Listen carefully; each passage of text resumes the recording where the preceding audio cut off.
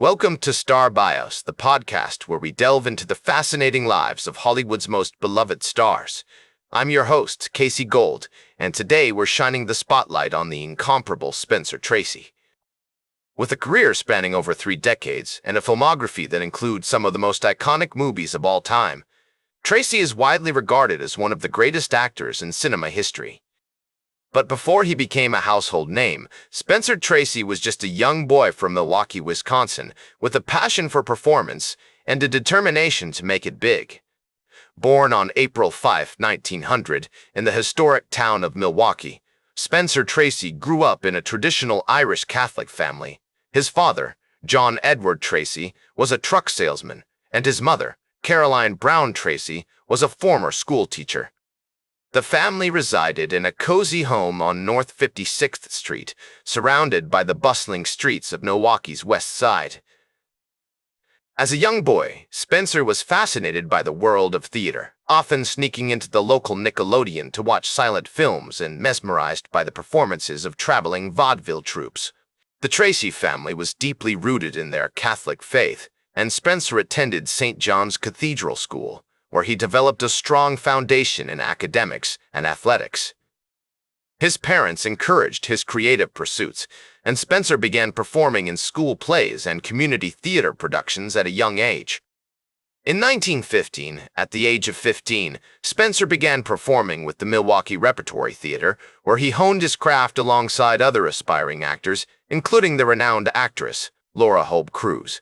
As Spencer entered his teenage years, he became increasingly fascinated with the world of theater. He would often attend performances at the Pabst Theater, where he was mesmerized by the talents of legendary actors like Ethel Barrymore and John Drew. These early experiences not only deepened his love for acting, but also instilled in him a sense of discipline and dedication that would serve him well throughout his career. In 1916, Spencer's family moved to a new home on West Wells Street, which was closer to the city's theater district, allowing him to immerse himself even further in the world of performance. The year 1917 marked a pivotal moment in Spencer's life, as he decided to pursue his dreams and enroll in the American Academy of Dramatic Arts in New York City.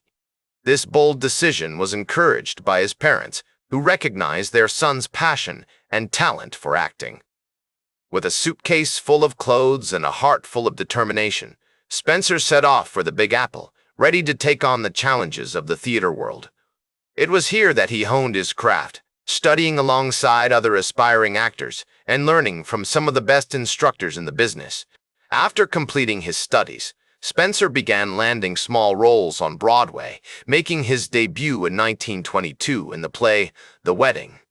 He quickly gained recognition for his talent and versatility, taking on a wide range of characters and working with some of the most renowned directors of the time. One of his earliest notable performances was in the 1924 production of A Royal Fandango, where he played the lead role of King Ferdinand. As Spencer's career on Broadway continued to flourish, he began to attract attention from Hollywood. In 1930, he made his film debut in the movie Up the River, opposite Humphrey Bogart and Warren Heimer. Although the film was not a major success, it marked the beginning of a long and storied career in cinema for Spencer Tracy. The 1930s were a pivotal time for Spencer, as he transitioned from stage to screen and began to establish himself as one of Hollywood's leading men.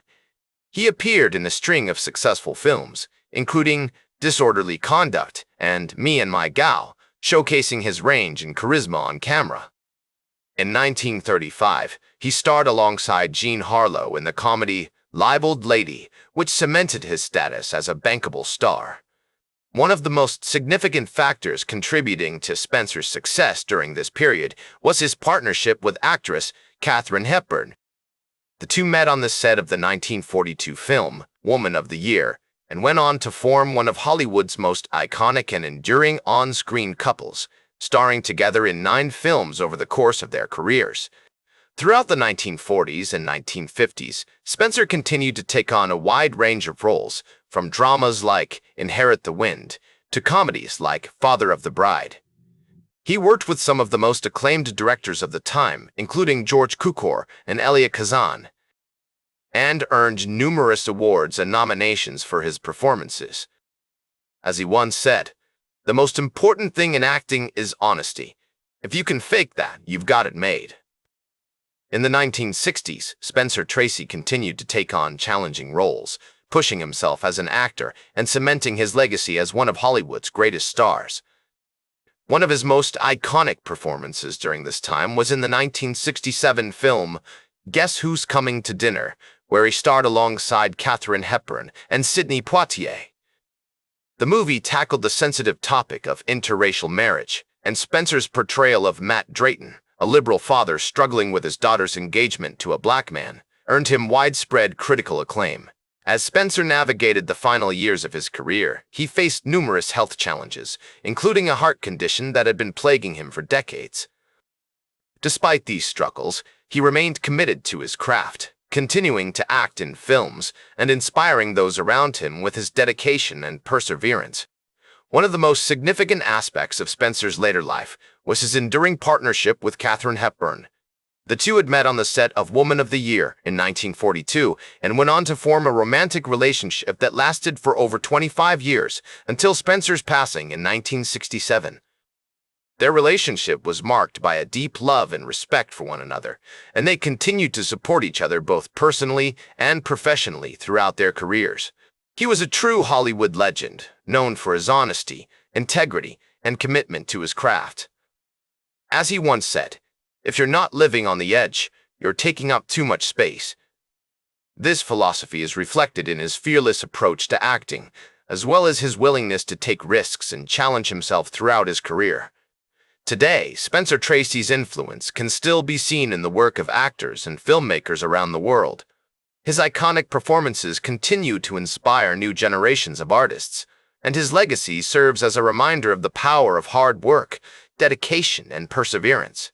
His was a life marked by passion, creativity, and a deep commitment to his craft, and it's a legacy that will continue to inspire and delight audiences for generations to come. That's all for today's StarBios. Remember to like, share, and subscribe, and until next time, I'm Casey Gold reminding you to keep shooting for the stars.